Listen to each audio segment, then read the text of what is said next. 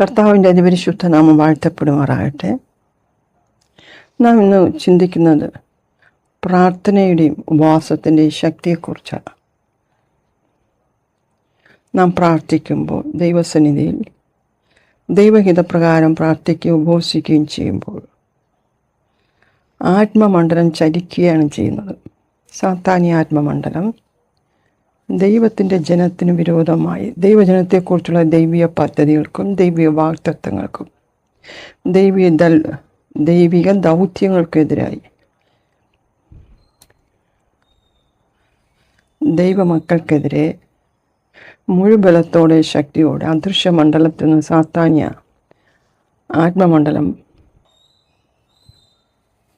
പ്രവർത്തിക്കുമ്പോൾ ഭക്തൻ്റെ പ്രാർത്ഥനയും ഉപവാസവും ദൈവഹിതപ്രകാരമാണെങ്കിൽ ഭക്തന് വേണ്ടി ദൈവം എഴുന്നേൽക്കും.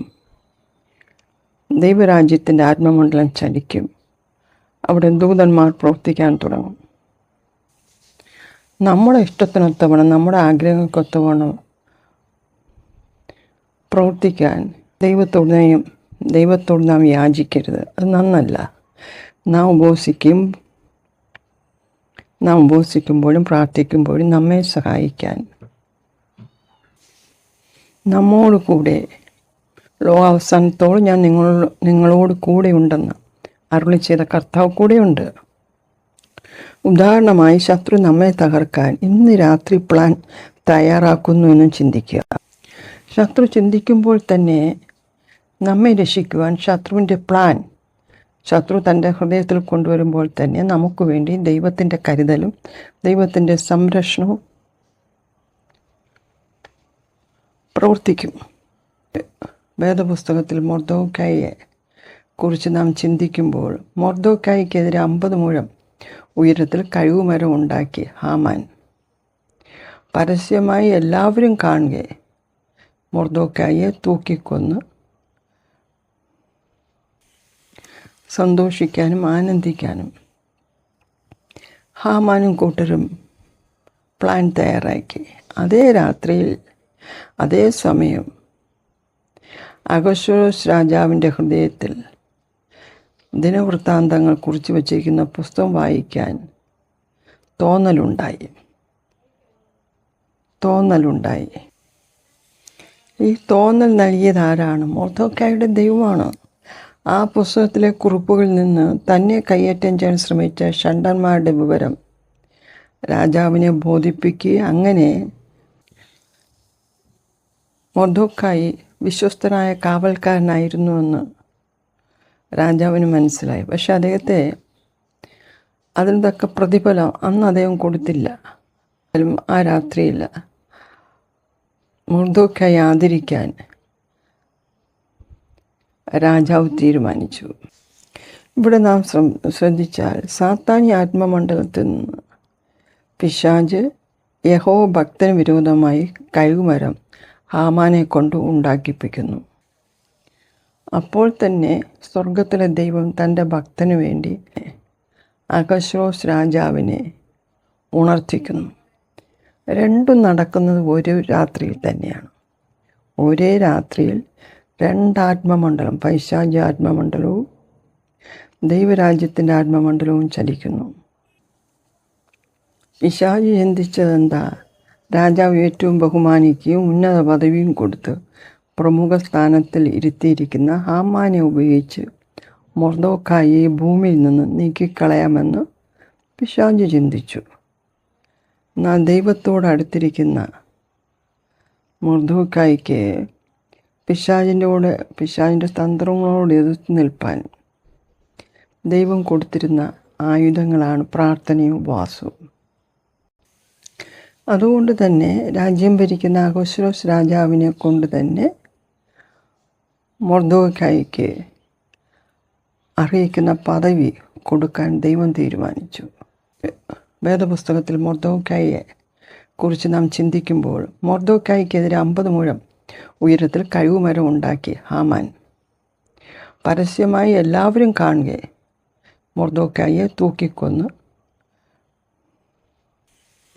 സന്തോഷിക്കാനും ആനന്ദിക്കാനും ഹാമാനും കൂട്ടരും പ്ലാൻ തയ്യാറാക്കി.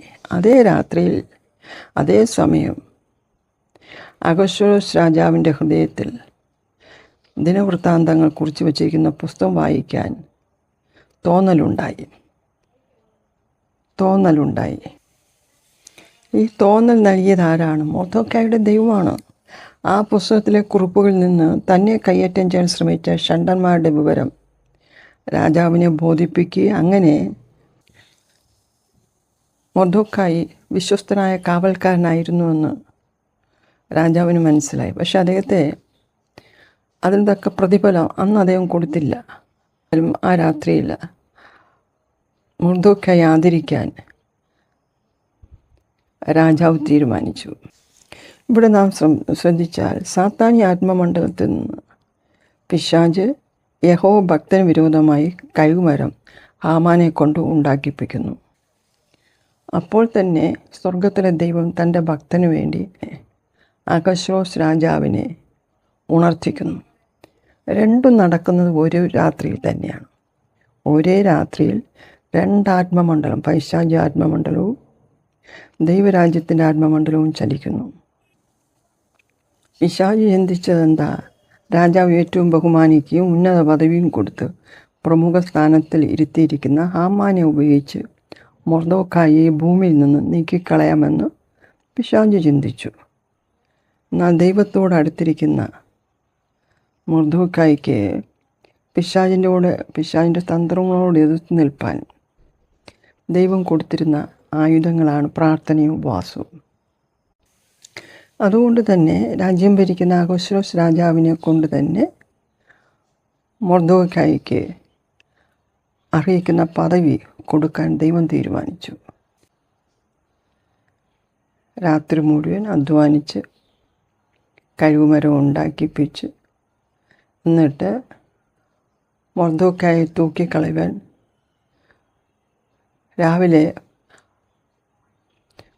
കൊട്ടാരത്തിൻ്റെ പ്രാകാരത്തിൽ കാത്തു നിൽക്കുകയാണ് ഹാമാൻ പുറത്തു നിൽക്കുന്നതറിഞ്ഞ രാജാവ് ഹാമാനെ വിളിപ്പിക്കുന്നു. എന്നിട്ട് താൻ സ്നേഹിക്കുകയും താൻ ഉന്നത പദവി കൊടുത്ത് മാനിച്ചിരിക്കുന്ന ഹാമാനോട് തന്നെ ചോദിക്കുന്നു, രാജാവ് ബഹുമാനിപ്പാൻ ചെയ്യുന്ന പുരുഷന് എന്തെല്ലാം ചെയ്തു കൊടുക്കണം? അത്യാഗ്രഹിയും തന്ത്രശാലിയുമായ ഹാമാൻ തന്നെയായിരിക്കും രാജാവ് ബഹുമാനിക്കാൻ ഇച്ഛിക്കുന്നതെന്ന് കരുതി ഹാമാൻ പറഞ്ഞു, രാജാവ് ധരിച്ചു വരുന്ന വസ്ത്രം, രാജാവ് കയറുന്ന കുതിര, രാജാവിൻ്റെ തലയിൽ വയ്ക്കുന്ന രാജകിരീടം. എന്ത് അത്യാഗ്രഹമാണെന്ന് അവൻ ചിന്തിക്കേണ്ടതുണ്ട്. രാജപദവി അവൻ ചോദിച്ചില്ലെന്നേ ഉള്ളൂ, രാജാവാകാനുള്ള ആഗ്രഹം അവൻ്റെ ഉള്ളിലുണ്ടായിരുന്നു. മാത്രമല്ല അതിശ്രേഷ്ഠ പ്രഭുക്കന്മാരിൽ ഒരുവൻ്റെ കയ്യിൽ കൊടുത്ത്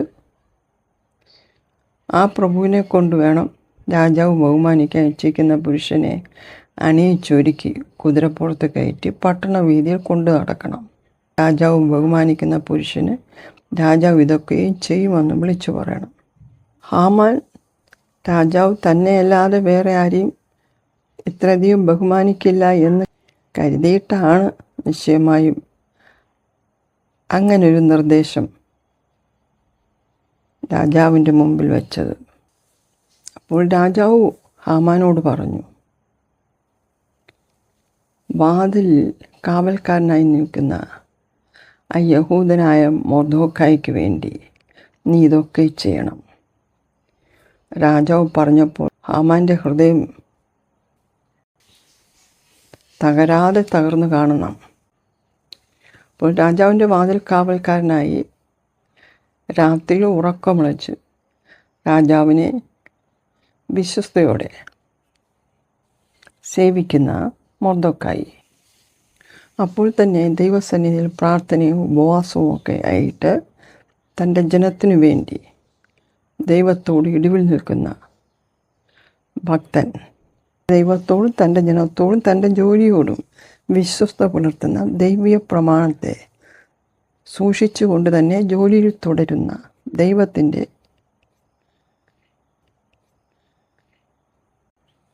ഭക്തൻ. ഇയാളിൽ കണ്ട കുറ്റം, തന്നെ കുമ്പിട്ട് നമസ്കരിക്കുന്നില്ല. യഹൂദനായ മൊർദോഖായിക്ക് പ്രമാണമുണ്ട്. അത് ഹാമാൻ അറിയാം. യഹൂദൻ്റെ പ്രമാണം ദൈവത്തെ അല്ലാതെ ഒന്നിനെയും കുമ്പിടുകയോ നമസ്കരിക്കുകയോ ചെയ്യരുത്. ഇത് നന്നായിട്ട് ഹാമാൻ അറിയാം. അമാലേക്ക് വംശത്തിൽപ്പെട്ടവനായിരുന്നു. ഹാമാനെ നയിച്ചിരുന്ന അദൃശ്യ ആത്മമണ്ഡലത്തിലെ പിശാച് മൊർദോഖായിയെ നശിപ്പിച്ച് ആ വംശത്തെ മുഴുവൻ നശിപ്പിക്കുവാൻ പദ്ധതി ഒരുക്കിക്കൊണ്ടിരിക്കുമ്പോഴാണ് അഹശ്വേരോസ് രാജാവിനെ ദൈവം മൊർദോഖായിക്ക് അനുകൂലമായി എഴുന്നേൽപ്പിച്ചത്. ഒറ്റ രാത്രി കൊണ്ട് പിശാചിൻ്റെ പദ്ധതിയെ ദൈവം അബദ്ധമാക്കി. ഹാമാൻ ഒരുക്കിയ കെണിയിൽ മൊർദോഖായി അകപ്പെട്ടു പോകാതെ വണ്ണം മൊർദോഖായിക്കെതിരായി ഹാമാൻ കഴുകുമരം ഉണ്ടാക്കിയ അതേ രാത്രിയിൽ ദൈവം തൻ്റെ ഭക്തനു വേണ്ടി രാജാവിനെ തന്നെ എഴുന്നേൽപ്പിച്ചു, രാജാവിനെ കൊണ്ട് പ്രവർത്തിപ്പിച്ചു. അതാണ് സ്വർഗത്തിലെ ദൈവം. നാം എത്രയോ പ്രാവശ്യം നാം അറിയാതിരിക്കുമ്പോൾ തന്നെ, നാം മനസ്സിലാക്കാതിരിക്കുമ്പോൾ തന്നെ എത്രയോ വട്ടം ശത്രു പല രീതികളിൽ പല തന്ത്രങ്ങളും കെണികളും ഒരുക്കി നമ്മെ നശിപ്പിക്കാൻ ശ്രമിച്ചപ്പോഴൊക്കെ ദൈവത്തിൻ്റെ കരം അദൃശ്യമണ്ഡലത്തിൽ നമുക്ക് വേണ്ടി പ്രവർത്തിച്ചുകൊണ്ടിരുന്നു. ദൈവദൂതന്മാർ നമുക്ക് വേണ്ടി പ്രവർത്തിച്ചു. നാം അറിയാതെ മയങ്ങിയും ഉറങ്ങിയും തളർന്നു വീഴുന്ന നിമിഷങ്ങൾ നമ്മെ സഹായിക്കുവാൻ നാം അറിയാതിരിക്കുമ്പോൾ തന്നെ നമുക്ക് വേണ്ടി പ്രാർത്ഥിച്ച അനേക ഭക്തന്മാരുണ്ട്. അവരുടെ പ്രാർത്ഥനയിലൂടെ ദൈവം നമ്മെ വിടുവിച്ചിട്ടുണ്ട് എത്രയോ തവണ. ദൈവരാജ്യത്തിൻ്റെ ആത്മമണ്ഡലത്തിൽ ദൈവവും ദൈവത്തിൻ്റെ ദൂതന്മാരും എല്ലാ കാലത്തും തൻ്റെ ജനത്തിനു വേണ്ടി പ്രവർത്തിച്ചു കൊണ്ടിരിക്കും. സർവശക്തനും സർവവ്യാപിയും സർവജ്ഞാനിയുമായ ദൈവത്തിൻ്റെ മുമ്പാകെ ഒരു അദൃശ്യ സാത്താന്യ ആത്മമണ്ഡലത്തിനും നിൽക്കാൻ കഴിയില്ല. ദൈവം പെർമിഷൻ കൊടുക്കാതെ ഒന്നും ദൈവമക്കളെ ചെയ്യാനും കഴിയില്ല. അതാണ് ദൈവമക്കൾക്കുള്ള പ്രത്യേകമായ സംരക്ഷണവും കരുതലും. ഈ ദൈവത്തെ ഒരിക്കലും മറക്കാതെ നന്ദിയോടെ അനുദിനം സ്തോത്രയാഗങ്ങൾ അർപ്പിച്ചുകൊണ്ടും മഹത്വം കരയേറ്റിക്കൊണ്ടും കർത്താവിൻ്റെ കാഴ്ചപ്പാടുകളെ പിന്തുടരുവാൻ കർത്താവ് നമ്മെ ഏവരെയും സഹായിക്കുമാറാകട്ടെ.